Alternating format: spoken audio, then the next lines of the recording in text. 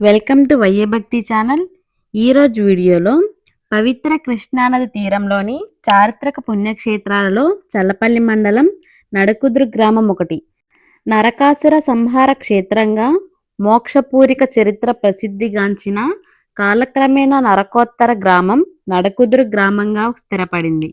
గ్రామంలో కృష్ణానది గర్భంలో ఉన్న శ్రీ పృథ్వీశ్వర స్వామివారి ఆలయం, చెంతనే ఉన్న పాటలీవనం సందర్శనీయ స్థలాలు ఈ నడకుదురు గ్రామంలో ఉన్నాయి.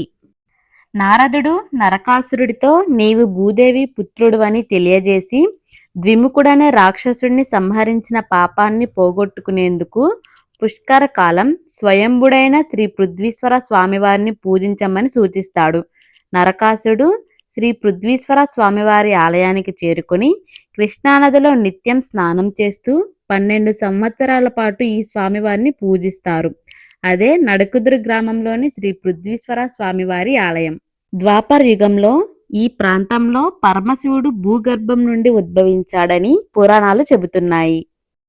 నరకాసురుడి ఆగడాలతో అల్లాడిపోతున్న ముల్లోకాలను కాపాడేందుకు నరకాసురుని సంహరించడానికి శ్రీకృష్ణుడు సత్యభామ సమేతుడై ఈ ఆలయంలో ఉన్న నరకాసురుడితో యుద్ధానికి దిగారని, యుద్ధంలో శ్రీకృష్ణుడు మూర్ఛబోయినట్లుగా నటించి సత్యభామ శ్రీ పృథ్వీశ్వర క్షేత్ర సమీపంలో నరకాసురుని సంహరించినట్లు చరిత్ర చెబుతుంది.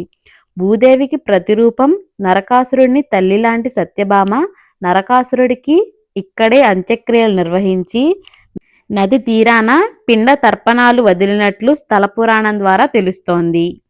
శివుడి పరమభక్తుడిని సంహరించినందుకు పశ్చాత్తాపంతో శ్రీకృష్ణుడు దేవలోకం నుండి తీసుకువచ్చిన పాటలీ వృక్షాలను ఇక్కడ నాటినట్లు పురాణాలు చెబుతున్నాయి. పాటలీ వృక్షాలను నాటిన తరువాత విశ్రాంతి తీసుకున్న శ్రీకృష్ణుడు సత్యభామలు లక్ష్మీనారాయణ విగ్రహాన్ని ప్రతిష్ఠించినట్లు ఈ ఆలయంలో ఇప్పటికీ పూజలు జరుగుతున్నట్లు తెలుస్తుంది. నడకుదురు ఆలయం వద్ద పాటలీ వృక్షం కింద లక్ష్మీనారాయణుడి విగ్రహం నేటికి భక్తులు పూజలు చేస్తున్నారు. ఈ పాటలీ వృక్షాలు కాశీ తరువాత నడకుదురులో మాత్రమే ఉన్నాయి. కరకట్ట దిగువనే కృష్ణానది ఒడ్డున కొబ్బరి చెట్లు, పాటలీ వృక్షాలు, ఉసిరి చెట్ల మధ్య ఈ ఆలయం చాలా అందంగా ఉంటుంది. చుట్టూ పసుపు తోటలు, వాణిజ్య పంటలు, చల్లని వాతావరణం భక్తులకు ఆలయం స్వాగతం పలుకుతుంది. ఈ ఆలయం ముందు పెద్ద నంది విగ్రహం కూడా ఉంటుంది. ఈ ఆలయంలోని స్వామివారికి పృథ్వీశ్వరుడు అనే పేరు రావణాసురుడే పెట్టాడు. పృథ్వీశ్వరుడు, పృథ్వీ అనేది భూమిని సూచిస్తుంది, అందుకే పృథ్వీశ్వరుడు అనే పేరు పెట్టాడు. ఈ ఆలయంలోని శివలింగం శ్వేతవర్ణం కలిగి ఉంటుంది. పుష్కర కాలంలో దేవతల కోరిక మేరకు పరమశివుడు ఈ క్షేత్రంలో ప్రత్యక్షమైనట్లు పురాణాలు చెబుతున్నాయి. ఈ ఆలయంలో బాలత్రిపుర సుందరి అమ్మవారి విగ్రహం కూడా ఉంటుంది. స్వయంభూ లింగానికి సంబంధించిన దేవత. ఆమె భూదేవికి స్వరూపిణి సత్యభామగా గుర్తించబడుతోంది. ఇంకా ఈ ఆలయంలో వీరభద్ర స్వామివారి విగ్రహం కూడా ఉంటుంది. ఈ ఆలయ ప్రహరీ గోడల మీద వివిధ రాష్ట్రాలకు చెందిన అమ్మవారి విగ్రహాలను కూడా ప్రతిష్ఠించారు. ఈ ఆలయంలోని బాలత్రిపుర సుందరి అమ్మవారిని టైమింగ్ తల్లి అని కూడా పిలుస్తారు. భక్తులు న్యాయబద్ధమైన కోరికలను కోరితే ఈ సమయంలో తీరాలి అని కనుక కోరుకున్నట్లయితే ఖచ్చితంగా ఆ సమయంలో తీరుతుందని భక్తులందరి నమ్మకం. బాలత్రిపుర సుందరి అమ్మవారిని సంతాన ప్రాప్తి, మోక్ష ఫలితాలకు ఆమె ప్రతిష్ట ప్రాముఖ్యత కలిగి ఉంటుందని భక్తులందరి నమ్మకం. అనారోగ్య సమస్యలు ఉన్నా, సంతానం లేకపోయినా, వివాహ సమస్యలు ఉన్నా ఈ అమ్మవారి దగ్గర కోరుకుంటే తప్పకుండా మీ కోరికలన్నీ తీరతాయి. అందుకే ఇక్కడి ప్రజలు అమ్మవారిని టైమింగ్ తల్లి అని కూడా పిలుస్తారు.